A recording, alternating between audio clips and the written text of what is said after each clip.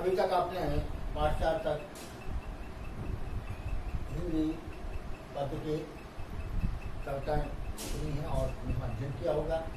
अब आज पाठ 5 घर की याद, जिसके रचनाकार हैं भवानी प्रसाद मिश्र। तो घर की याद में के बारे में उन्होंने बताया है। पहले उनके कवि के बारे में पढ़ते हैं। भवानी प्रसाद मिश्र आधुनिक हिंदी कविता के समर्थक हैं। वे प्रयोगवाद और नई कविता से संबंधित हैं। मिश्र जी ने व्यक्ति जीवन, समाज और विश्व को नवीन व्यक्ति एवं विस्तृत आयामों में देखा है। उनके गीतों ने आधुनिक हिंदी कविता को नई दिशा दी। जो आधुनिक कविता चल रही है उन्हीं के द्वारा ये प्रचारित की गई है। मिश्र जी का जन्म सन 1914 ईस्वी में होशंगाबाद जिले के टेगरिया नामक गांव में हुआ। इनके पिता पंडित सीताराम मिश्र शिक्षा विभाग के अधिकारी थे तथा साहित्यिक रुचि के व्यक्ति थे। हिंदी, संस्कृत तथा अंग्रेजी तीनों भाषाओं पर मिश्र जी का अच्छा अधिकार था। तो उन्हीं के द्वारा ये लिखी हुई कविता है, जिसमें उन्होंने घर की याद के बारे में बताया है।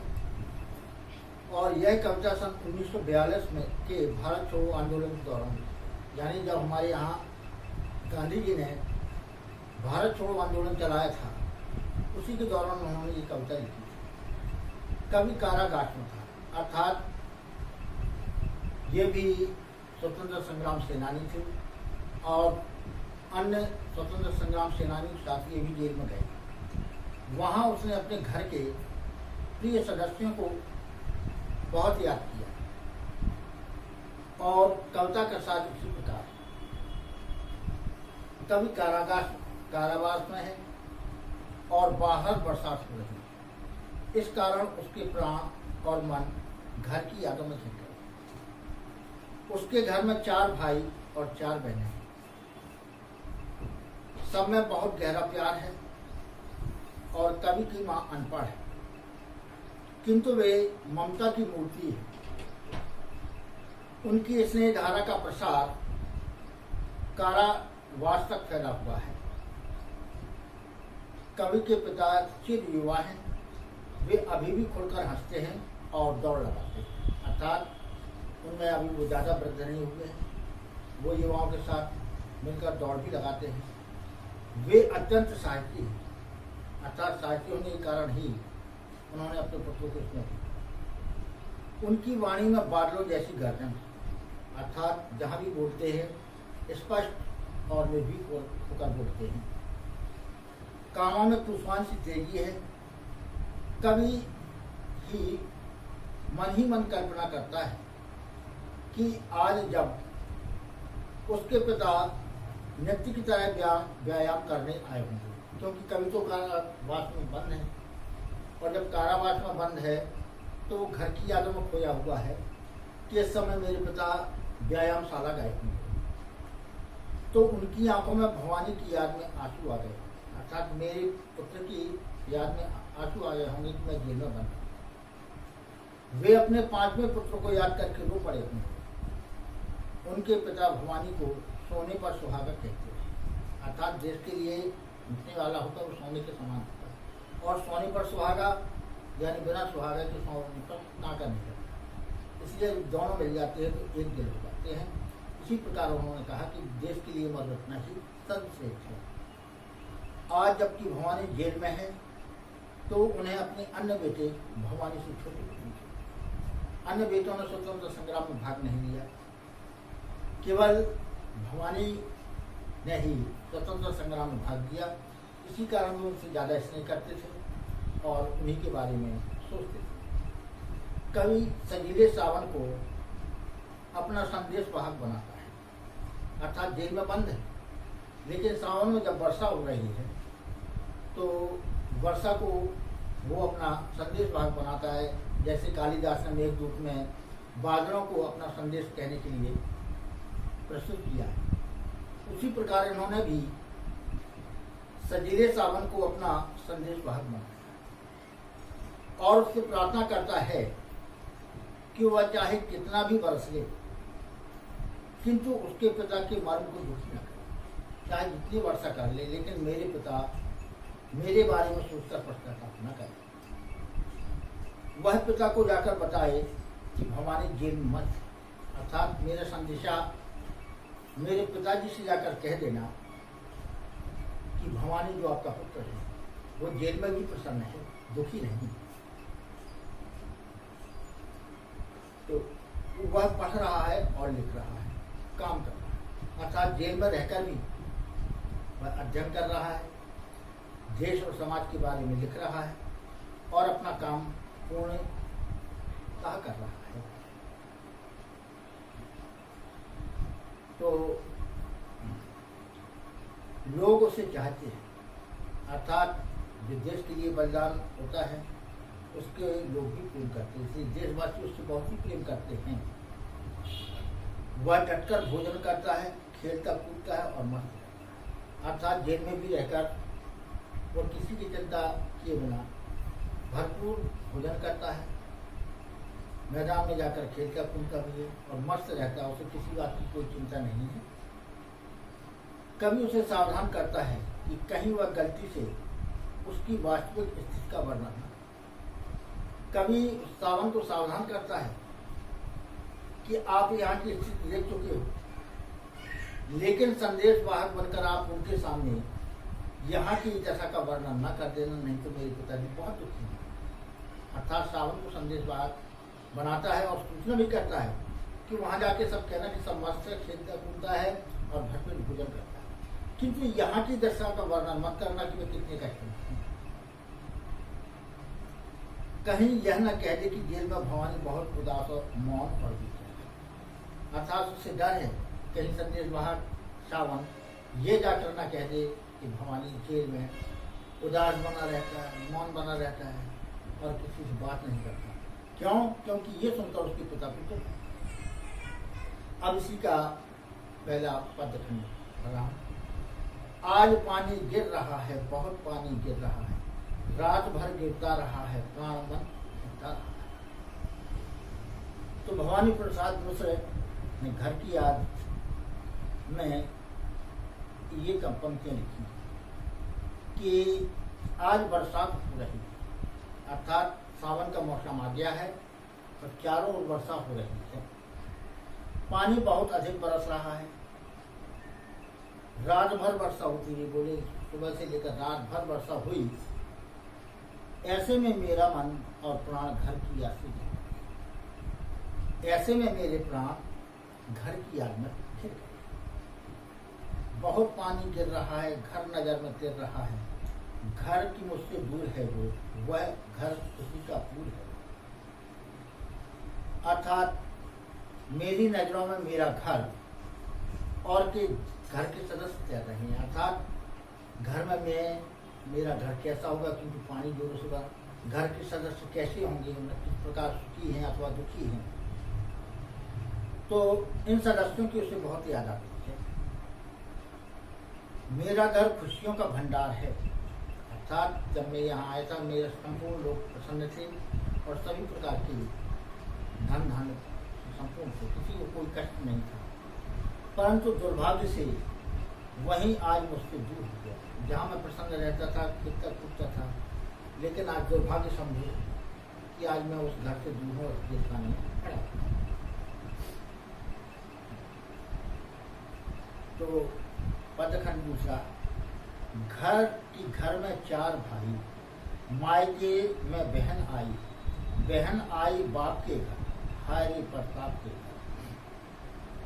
कवि कहता है कि मेरे घर में चार भाई, अर्थात पांचवा मैं हूँ, चार भाई और हैं। आज मेरी विवाहिता बहन भी घर पर आई, अर्थात सावन का जब महीना आता है तो बहन भाइयों को राखी बांधने आती, इसलिए कभी जेब में पड़ा हुआ आज ये सोच रहा है कि सावन का महीना आ गया है और अब विवाहिता बहन भी राखी बांधने के लिए घर पर आई। जब वह अपने पिता के घर आई होगी तो यह सोचा होगा कि मैं अपने बहन और भाइयों से मिलूंगी, अपना घर जाकर मैं पिताजी अपने भाइयों से और बहन से मिल लूंगी और उन्हें राखी बांधकर उनको महसूस करूंगी। घर की घर में सब जुड़े हैं, सबकी इतने कब जुड़े हैं, 4 भाई 4 बहनें, भुजा भाई प्यार भाई।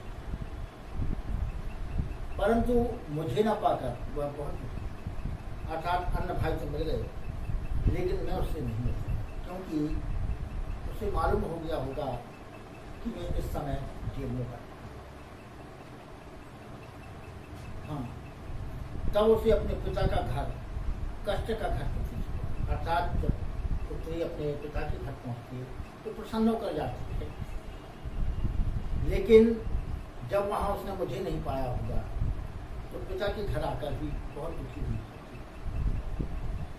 मेरे घर में सब भाई आपस में प्रेम के कारण बहुत गहरे जुड़े, अर्थात चारों भाइयों में गहरा प्रेम संबंध है, कोई किसी की शक्ति है, उनमें गहरा लगाव और प्रेम है। ऐसा भाईचारा आपको बहुत कम देखने में मिलेगा, अर्थात इस प्रकार का जो भाइयों में स्नेह है वो और कहीं देखने को आपको प्राप्त नहीं होगा। मेरे 4 भाई हैं, वे सबके सब भुजा के समान सहयोगी, जिस प्रकार हाथों से अपना सहयोग करके काम करते हैं, इसी प्रकार वो भुजाओं के समान एक दूसरे के काम में मदद करते हैं।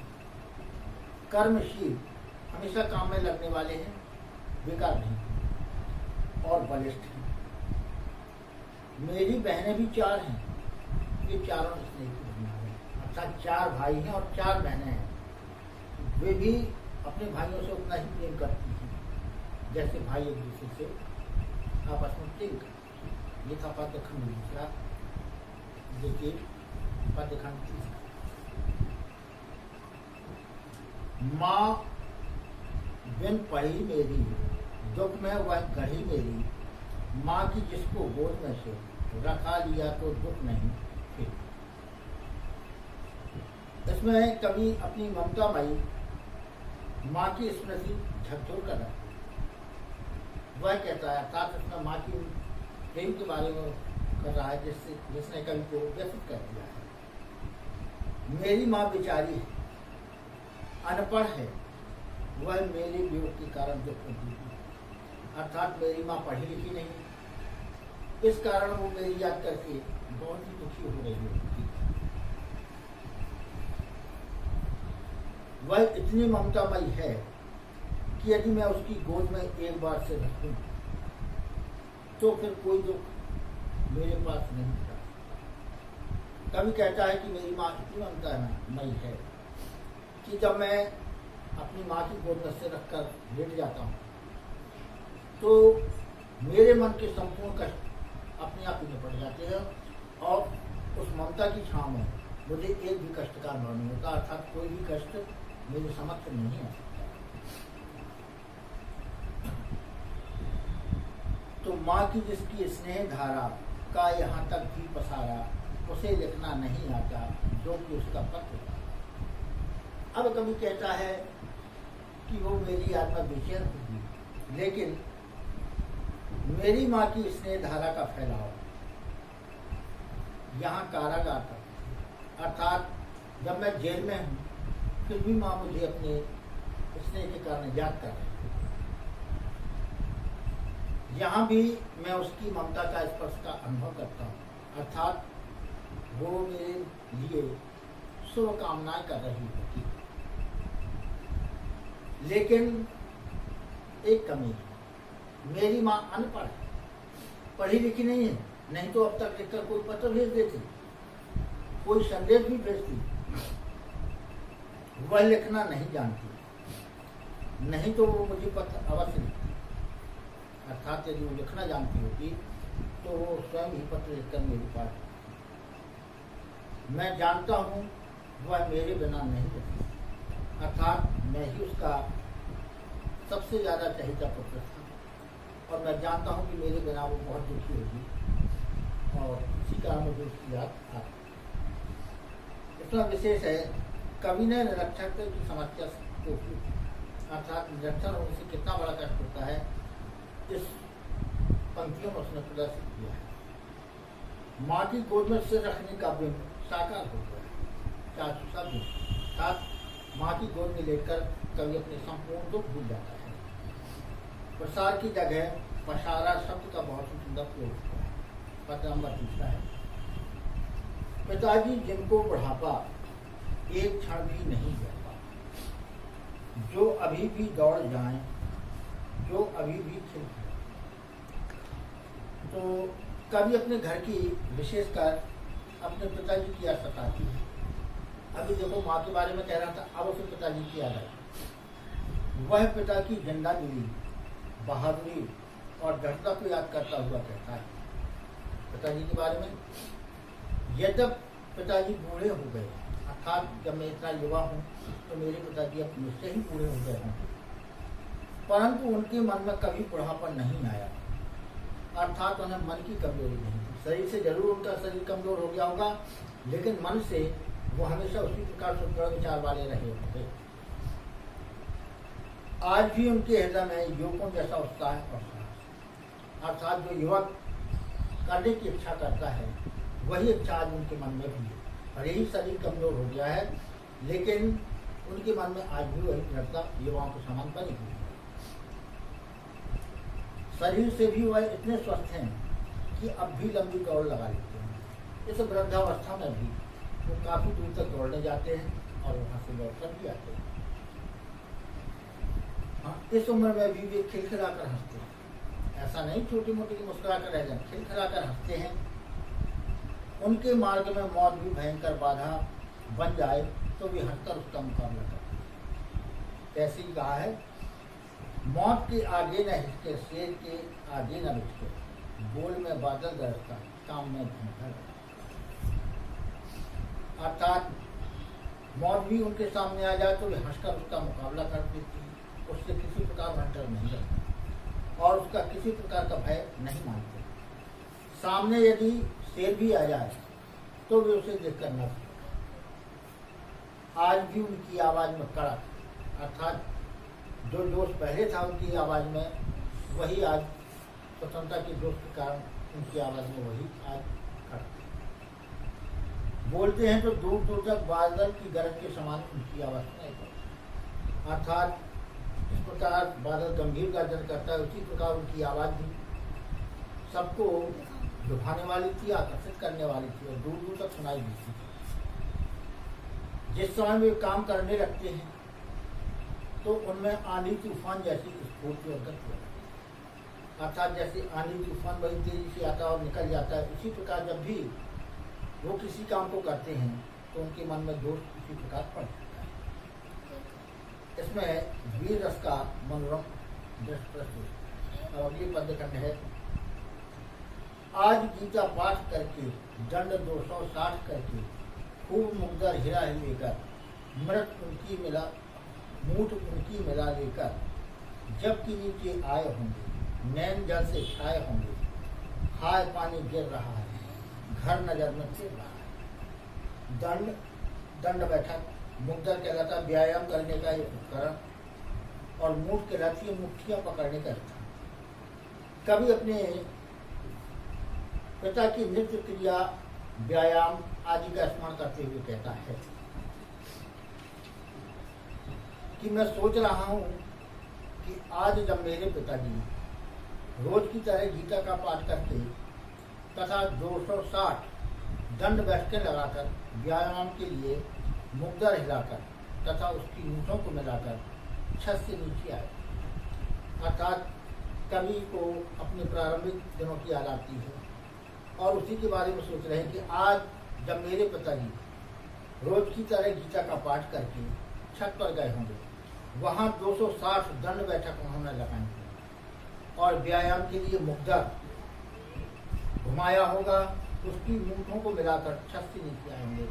जब मुग्धर घुमाकर वो पूर्णतः थक चुके होंगे तब वो छत से नीचे उतरे होंगे, क्योंकि घर में ही व्यायाम करते थे, वहाँ किसी कार्यशाला में व्यायाम करने के लिए नहीं जाते। तो उनकी आंखों में अवश्य आंसू आ रहे हैं। अर्थात उन्हें याद था कि जब वे नीचे उतर कर आते थे वो मुझसे नीचे थे, लेकिन आज मेरी याद में उनके नेत्रों में आंसू छलक आए होंगे।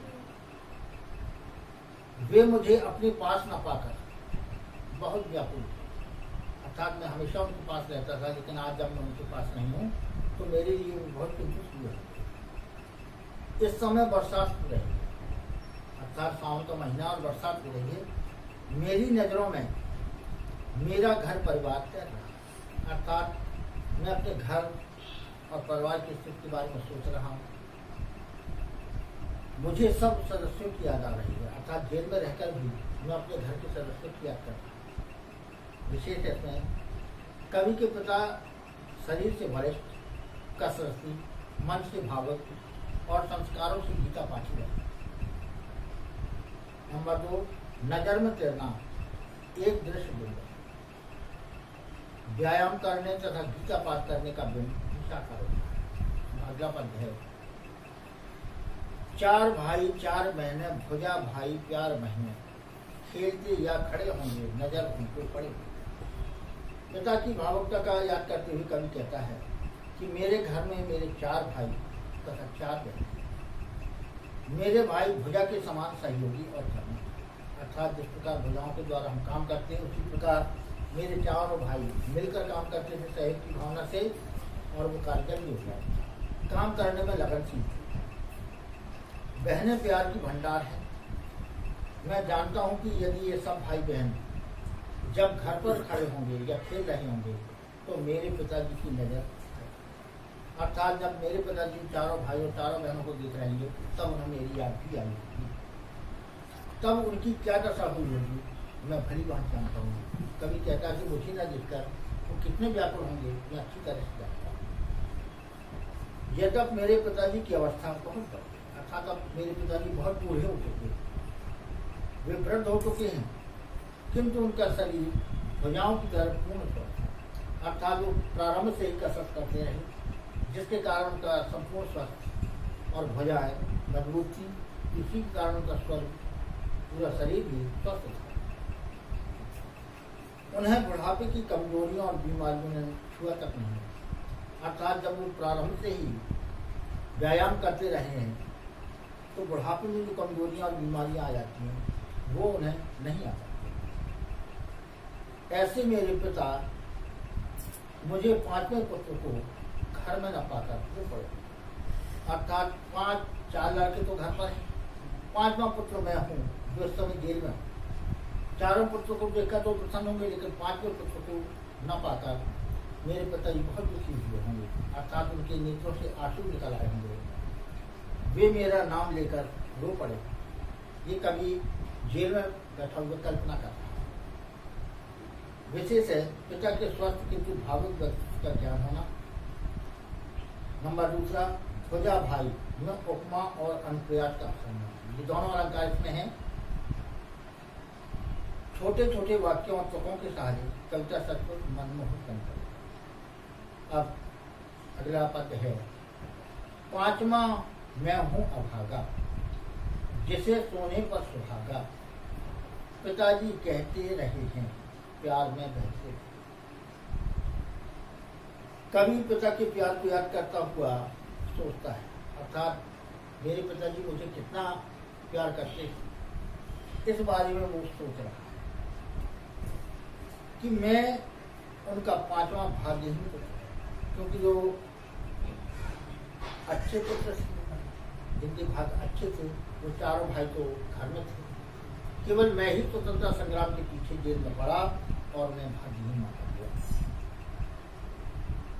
भाग्यहीन इसलिए कि मैं आज अपने पिता के साथ में नहीं हूँ, यही सोचकर वो अपने आप को भाग्यहीन मानता है। फिर भी इस भाग्यहीन पुत्र को पिताजी अपने 5 पुत्रों में से सबसे अधिक प्यारा समझते हैं। क्यों? क्योंकि संपूर्ण संसार में जितने भी लोग हैं अपने कर्म से अपने घर गृहस्थी का कार्य चलाते हैं, लेकिन जो समाज और स्वतंत्रता और मातृभूमि की चिंता करता है वो सर्वश्रेष्ठ माना जाता है, और इसी कारण वो मुझसे अधिक प्रेम करते थे, क्योंकि मैंने स्वतंत्रता के लिए इस जेलखाने को स्वीकार किया। इस कारण मेरे पिताजी मुझे बहुत अधिक चाहने लगे। जब जब मेरे बारे में कभी चर्चा चलती है, अर्थात जब लोग आपस में बातचीत करते होंगे और मेरे बारे में वहाँ कोई चर्चा या मेरे संबंध में कोई बात होती होगी तो वो बहुत अच्छी तरह से उसे सुनते होंगे और वे सदा भाव विभोर हो जाते हैं कि मैंने ऐसा क्या कार्य किया कि जिसके कारण मुझे जेल खाना, अर्थात अपनी मातृभूमि को स्वतंत्र कराने के लिए यदि मुझे कष्ट भी भोगना पड़ा, ये सुनकर पिताजी मेरे बारे में सुनकर बहुत ही मुक्त हो जाते थे। आज उनके स्वर्ण के समान चारों बेटे प्यारे बेटे भी मेरे बिना उन्हें अच्छे नहीं, अर्थात जो उनके प्रिय पुत्र चारों बेटे थे वो भी उनके समक्ष उपस्थित थे, लेकिन मुझे न पाकर वे उतना प्रसन्न नहीं हो सकते क्योंकि मैं ही उनका सबसे चहेता और स्वाधीनता संग्राम में भाग लेने वाला पुत्र, क्योंकि उनका सबसे प्यारा बेटा है। मैं उनकी नज़रों से दूर जेल में पड़ा था। कभी ये जेल में पड़े हुए अपने कर्तव्य की सराहना कर रहा है और घर की याद में डूबा हुआ है। तो अभी तक आपने पहला भाग ये सुना, अगले भाग में पुनः मैं आपको करूँगा। तब तक मैं वाणी विराम में